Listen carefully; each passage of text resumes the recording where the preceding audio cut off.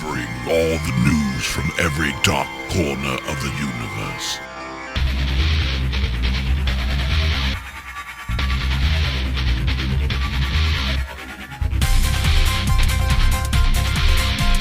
SliceofSciFi.com.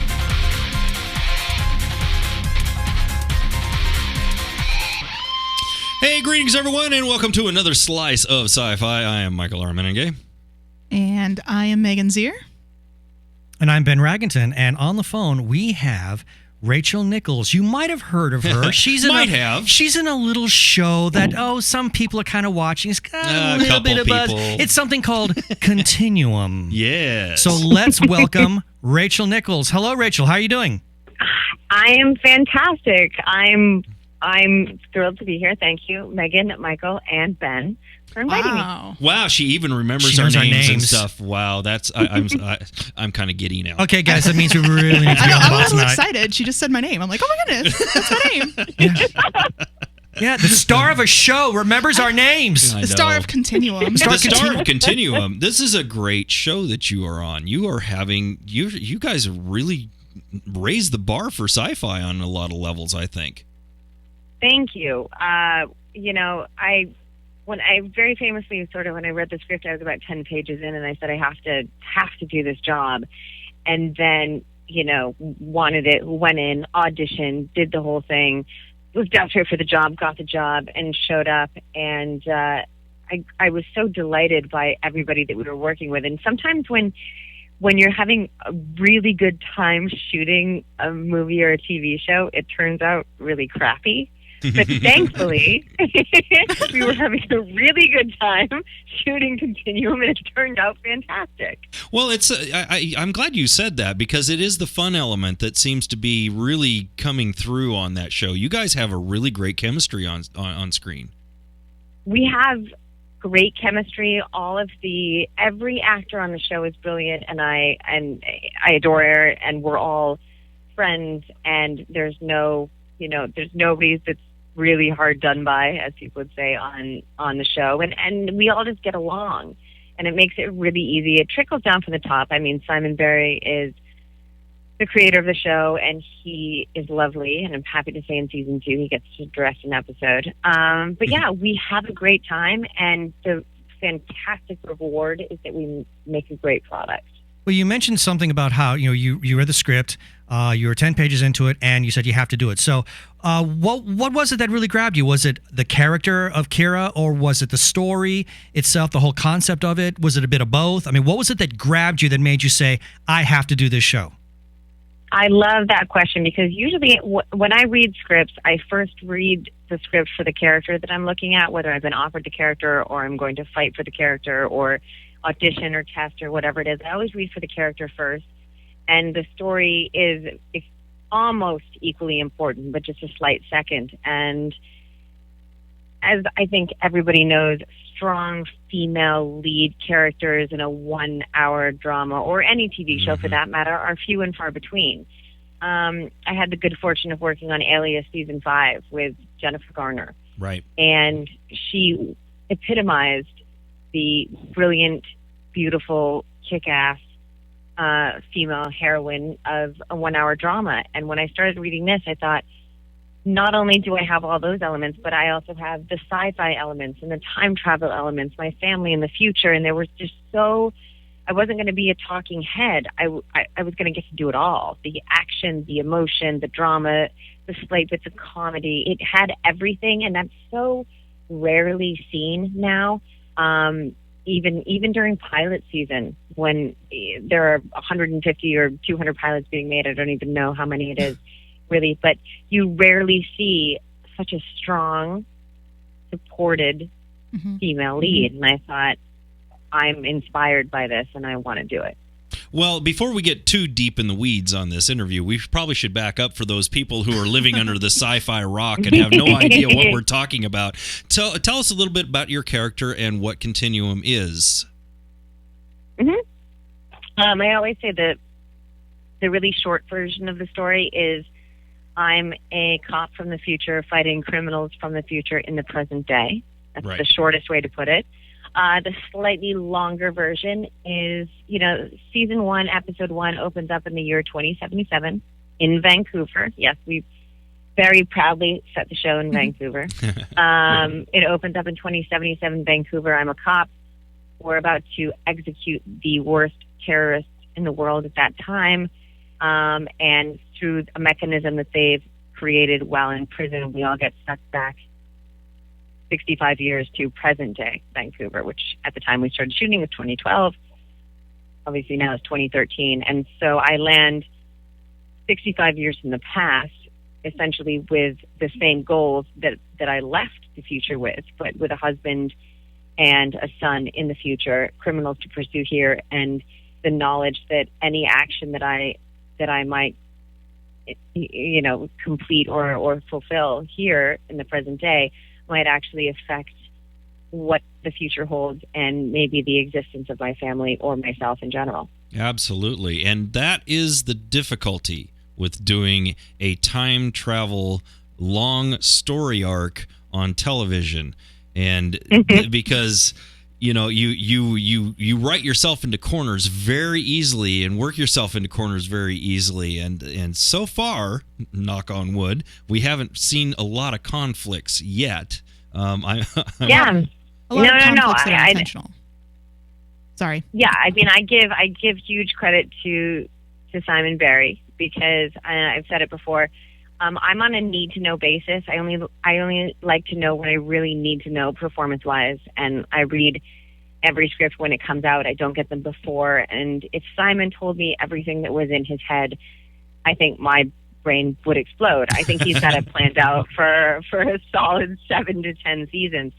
So the idea, there is a certain mythology there. When you do a show about time travel, yes, there are seemingly limitless venues which you can exercise and sort of experiment with, but you've still got to follow a set of rules, because if it becomes completely unruly, then it's no longer believable, even for someone who's a fan of sci-fi. So it's a very important balance between the freedom to know that time travel allows you to do pretty much whatever you want, and being constrained by the idea that you do have to follow a set of rules of your own making and mythology in order to have constant, a constant level playing field.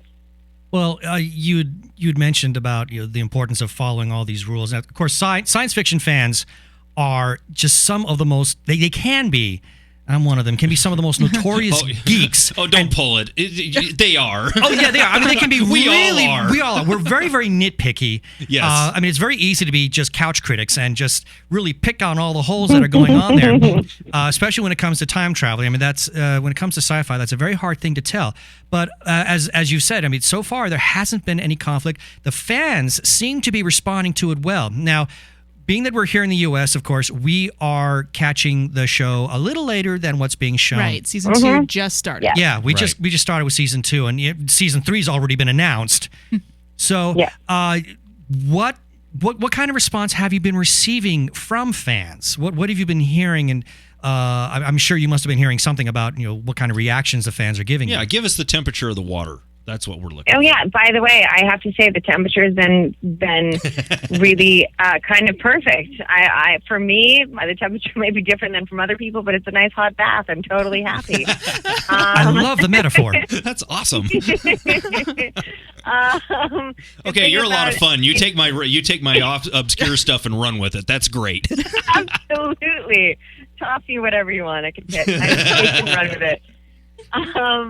No, when we got renewed for a second season, I've done one season of a bunch of TV shows. I've never done a second season of a TV show. And the first thing you think is, oh my gosh, we got renewed for another season. This is so awesome. This is amazing. The fans love it. And then for me, my second thought was, oh, I hope we don't disappoint them. And because you've got this fan base and they're looking for a certain level of excitement and action and storytelling, and you think, oh gosh, they've invested this much already. The last thing we want to do is let them down. And we started shooting season 2. It obviously, like you said, started airing in Canada a bit earlier. And the fan response has been incredible. And I think one of the main reasons that it has been so supportive and people saying, oh my gosh, season 2 is even better. Every episode gets better and better, because season 1, we had to do a lot of setting up. You know what I mean? We had to do a lot of establishing. We had to do a lot of meet these characters. This is their relationship. This is, who hates who and where they're from, a little bit of background. Season 2, we really get to explore more obscure ideas or more, in episode 3, I believe, of season 2, it's a full episode on a drug from 2077 that has miraculously showed up in 2013. Well, of course it did. Oh, that's fascinating. Yes. How did that happen? Well, that's a story plot. Exactly. I know. So we really, in season 2, get to experiment with these ideas about how not only does bringing the future to the present potentially have huge ramifications, but our actions in the present, what they do to our future. And there are limitless places that you can go with that. And so far, episode, I believe 8 has already aired here in Canada, and people have been very responsive and very excited and very happy. So knock on wood, they continue to be happy. So you mentioned the whole, trying to keep the future the same or affecting it in the past. And I think what's really funny about Kiera is that she wants to keep it the same, but it really seems like even though she's the main character, she has no idea what the plan is at all. Like, she's back there, she's trying to keep it the same, but everybody else seems to know more about what's going on than she does. You're 100% correct. And that's one of the mechanisms that I think makes the show really interesting. Like I said, I want to be on a need-to basis. I don't know anything that I'm not supposed to know or read in the script. And in season 1, it was very much Kiera wants to go home. She wants to go home. She wants to go home. In season 2, which we start off, and she's sort of a lone wolf, and the explosion went down, and Alec, I'm totally Batman. She is. She's Batman. I was so happy when you got your Batman suit back. I know, right? The sexy black. That's sexy awesome. Black is back. Oh, yeah. Season 2 is really defined by, she still wants to go home, but like you said, she's so unaware of why she's here, and she doesn't know, but she does know that unless she completes this duty or mission that she was sent here to do, there's zero chance she'll ever get home. So she has to sort of accept this challenge as far as figuring out why she's here, why she was sent here. I won't spoil it for American viewers, but there is an episode with Garza and Kiera and shows their relationship from prior to the execution. Ooh. And yes. Okay, and then. why they were both sent here. I didn't even know that there was anything between those two, so that's kind of cool. I didn't either until I read it in the script. Simon said he didn't need to know. He said he didn't need to know it for performance before that. So, Megan, you're right. Kiera doesn't know. She knows so much less than everybody else, but she's destined or determined to figure it out in order to get home. And she, in season 2, has to realize that maybe her actions here are jeopardizing that future, but she'll never get back to any future unless she completes her mission. Right. And there are a lot of nefarious forces going on behind the scenes that she is totally unaware of. And those are I'm excited to see where those go and exploring that more. Mm-hmm. Well, I think. Oh, go ahead. No, go ahead. Well, I was actually, this is going to be on the heels of what Mike's and what you had just said. I've noticed that from the very beginning, from the very first episode, we got this sense of, Kiera is she's this upstanding, she's I don't want to call her Dudley Do-Right, but she's a cop and she's a Mountie. She's a Canadian Mountie. That's right. She's a Canadian Mountie. She's a Canadian Mountie. She's got the hat and everything. That's right. It's awesome. Oh my God. I'm sorry to interrupt, but if you could only see my Instagram picture from a few weeks ago when I accidentally wore a red dress to a benefit for cops and Mounties, and I looked like I was a Mountie. It was amazing. That's Nobody awesome. Oh, we warned need a me photo of prior that. to. I need a Yeah. photo of that. There's a photo on Instagram of me in a dress with two Mounties saying, Oh, "Ooh, I guess Okay, I'm we gotta go becoming hunting for that one. I'm 88." so gonna find that We're and gonna drop have it. that one. I'm gonna drop that in post. Yeah. We're gonna definitely We'll put that find on that. the video. But I'm Tickle Nichols on Instagram, so you can find me. okay, but the thing is that, as I said, she, Kiera is very, she's very letter of the law. Mm-hmm. Very upstanding, Yep. and we were presented, with these terrorists. I mean, of course, when you hear the word terrorist, you automatically think, these guys are they're the bad of the bad. But as the show has gone on, we've kind of begun to get the sense of maybe there's a little bit of moral ambiguity going on here. Like maybe some of these characters, I mean, maybe there's something that's kind of questionable. And maybe Bad's it's not quite so bad. Yeah, maybe and the good's maybe not quite so good. Yeah, maybe it's not strictly good versus evil, or bad black and white kind of thing. I love gray characters. I love gray, and that's what this show is. It's a lot of gray characters. Yeah. So now you said that you're not getting any of your scripts ahead of time. I mean, you're getting them as you need to know. But given what you do know, how would you personally define Kiera? Ooh. It's and I love this question. Plus, I love the observations of with Kiera in 2077. It's very black and white for her, good versus evil, black and white. She's on the right side, they're on the wrong side. She comes back to 2012. And in every moment that she is in this present day, she questions, whether it be little tiny questions or inklings here and there, or big questions, she questions her own moral compass due to the fact that she has seen what the world looked like before it became what it did in her time. So there are many moral questions there, and she starts to question her own black and white, right and wrong. And she starts to be part of the gray. And that for her is both eye-opening and kind of inspiring, but also petrifying because she becomes unsure of who she is in a time where she shouldn't exist. Well, and it's going to be that journey. It's going to be that journey of her finding herself again in this era of enlightenment, which is kind of the way I look at it. And that's going to be fun to watch how she grows. It's great. It's fun. I mean, her thing with Kellogg in the first season, and her, desire to sort of learn and understand, and then see things as they are today versus how they are. Because the future is not looking good as far as she's concerned. I mean, if we look at 2077, it's not the peachiest place. So. No, I think. Yeah, I remember we were. No, her.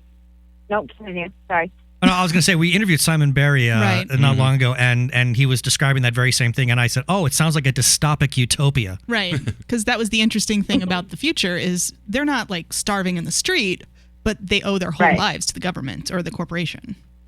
Yeah, they're completely indebted. So Kira's realization, plus with the discovery of, and she has to think back to that first episode, and she's in the chamber and she sees her husband yelling at old Alec. A lot of these questions get answered in season 2, but she takes a journey. And the thing is, Crazy Jason, who's played by Ian Tracy, who I love, Crazy Jason said something to her in the second or third episode of season 2, where he says, the longer you're here in the present day, the easier it is to forget the future. And then one day you wake up and you wonder if it ever really happened. Yeah. Oh. And for Kiera, that's a horrifying idea because of, her son and her husband, and she wants to get back. Yet she's already experienced glimmers of that, as I believe have, and I don't know this for sure, but as most of the members of Liberate, and Lucas has a very specific journey in season 2 where you can see how some of that plays out. So yeah, there's this whole idea of, do I adapt to this life now and make what I can of it and fight the good fight and try to get home, even though I may never get home, or when I get home, the people I know and love may not exist. Right. Or is there another way to maneuver it? But Kira's not going to, stick her head in the sand and like an ostrich and wait for someone to tap her on the shoulder and say, hey, here's that time travel device you wanted. Go ahead.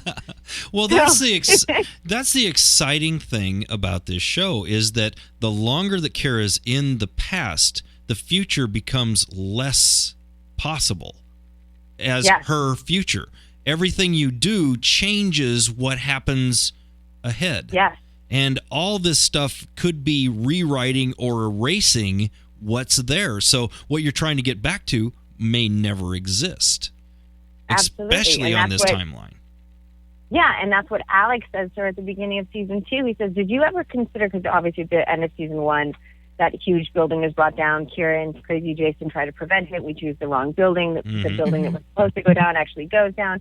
The beginning of season 2, Alex says, Kiera, did you ever think about the change you might be sort of inflicting had you prevented that building from going down? Did it ever occur to you what might happen to the future you're trying to get back to had you prevented that building from coming down? She says, no, I didn't think about it. And he said, you have to think about this. And it's that weird thing of for Kiera thinking, well, of course, how could I not try to save thousands of lives? Yeah. And then the other side being, if I save those thousands of lives, I might be essentially killing my husband and my son and maybe myself. Exactly. Right. It's butterfly effect in a large scale because what you do affects everything. And it's the conflict there. Do you let people die because you know they were supposed to in order to not change your own future? Right. That's a great conflict. But at the same time, the show seems to have an equal stake in they went back in time and that's what was meant to happen, and there's nothing you can do to change the future. That's true. Yeah, so it's so funny to say there are two very different theories of time travel. That's okay, totally normal here. There's the Back to the Future version, which is if you go back in the future and you start dabbling here and there, your brothers and sisters are going to be erased from family photographs unless the past plays out exactly as it did. Or there's the idea that in the space-time continuum, if you go back in the future, it was already part of the cycle of your life. It was already expected. So any action that you affect in the present that's projected to the future will still give you the same result because that travel back in time was already predicted. Yeah, so it gets very lofty. Absolutely. And if you want to go down that rabbit hole, you've got the right people to go down that rabbit hole with. Because we will go there all day long. Yep. And Continuum is the exact right show. It's fascinating to think about. I mean, in that episode last year where they were killing, they were trying to find Lily, my grandmother, and Kellogg's grandmother was shot and killed, and he didn't immediately disappear. What does that mean? Like, which idea of time travel are we working with here? Clearly, it's not exactly the Back to the Future time travel device, but is there another one in between? How many different sort of levels of how many paths are there? It's fascinating to think about. Thankfully, I have Simon, so I can ask him when I get really confused. Because as we all know, I'm naturally blonde, and sometimes these things go over my head. But now we've read your bio. We know that's not true. Oh yeah, I am naturally blonde. No, that's not. That's not it. Not that. No, we know that. That's not the. No. Yeah, we know you're actually going smart. Over your head. That's the stuff we question. We know you're smarter than that. Yeah. Yeah, you hold a couple degrees, so that's pretty impressive. Well, I'd never use either of them, but okay, I don't use mine. I do my own taxes, but you got them. So. I have them. The diploma's hanging in my parents' house in Maine. So. well, Rachel. Rachel Nichols. I just got to say, it's been really awesome talking to you. Truly, it's been great talking about Continuum. It's great talking and hearing your enthusiasm for the show. Truly, that is to anybody who's listening to this broadcast right now. That should be a selling point alone. That you should be following this show. Because and there's no excuse. The first season's on Netflix. That's right now, so you can check it out. If the star of this show is as enthusiastic about it as she is, then clearly there's something to it, and it needs to be looked at. Absolutely. So we really want to thank you, Rachel. How do they find you? Yeah, how can people find you? Are any social media? Simon the Barry Facebook? said you're an Oh, avid I was Twitterer. like, you think I'm going to tell you where I live? That's so creepy. Well, no, but I get Simon Barry did say that you're an avid Twitterer, I guess. I do. I'm very big. I love tweeting. My handle's very easy. It's my name, Rachel Nichols, and then the number 1, because apparently there's a wine dealer in Napa whose name is Rachel Nichols, and she got there before me. So I'm at Rachel Nichols 1 on Instagram. I'm at Tickle Nichols, as I mentioned before. Awesome. But it was so, I consider myself extraordinarily lucky to have the job that I have and be working. But when you get to shoot a show where you're so excited to go to work every day and you love the finished product to the point where I've seen every episode of season 1 maybe 3 times. Wow. It's such a blessing. Well, I started tweeting in Canada when it aired in Canada. Well, I had started before, but I mean tweeting about the show when it aired in Canada, tweeting about the show when it aired in the U.S. When my parents wanted to watch it, I was watching it with them, and it's a product that I'm really, really proud of. So it's so nice when people like you guys are enthusiastic about talking with me, and I really appreciate it because it's something I'm really proud of. So Well, there it is. Awesome. And I tell you what, it's been fun having you on the show, and go out and watch Continuum, folks. It's really worth your time. I tell you, Rachel, thank you so much for being with us today. thank you so much. Michael, Megan, Ben, woo! Hey! And with that, folks, thanks everyone for tuning in. You know where to find us. We're at SciFi.com, SciFi.tv. Of course, find us on the Facebooks and the Twitters and all that fun stuff. We'll be back with more later. Bye.